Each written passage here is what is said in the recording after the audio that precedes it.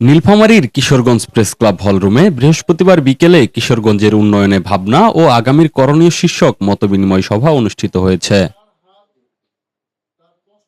সভায় নীলফামারী ৪ আসনের নবনির্বাচিত সংসদ সদস্য হাফেজ মাওলানা আব্দুল মুন্তাকিমকে প্রেস ক্লাবের পক্ষ থেকে সংবর্ধনা ও সম্মাননা ক্রেডস প্রদান করা হয়। অনুষ্ঠানে কিশোরগঞ্জের প্রয়াত সাংবাদিক এস বাসু ও সাংবাদিক আলম হোসেনের স্মৃতিচারণা করা হয়।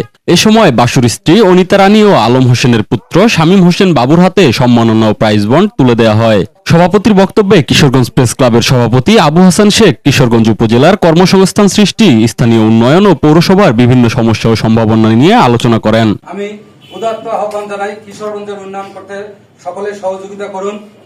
মাদক মুক্ত, জুয়া মুক্ত, থাই মুক্ত, থানায় দালাল মুক্ত, সব মুক্ত, সব খারাপ কাজের মুক্ত চাই, ভালো কাজে যুক্ত চাই।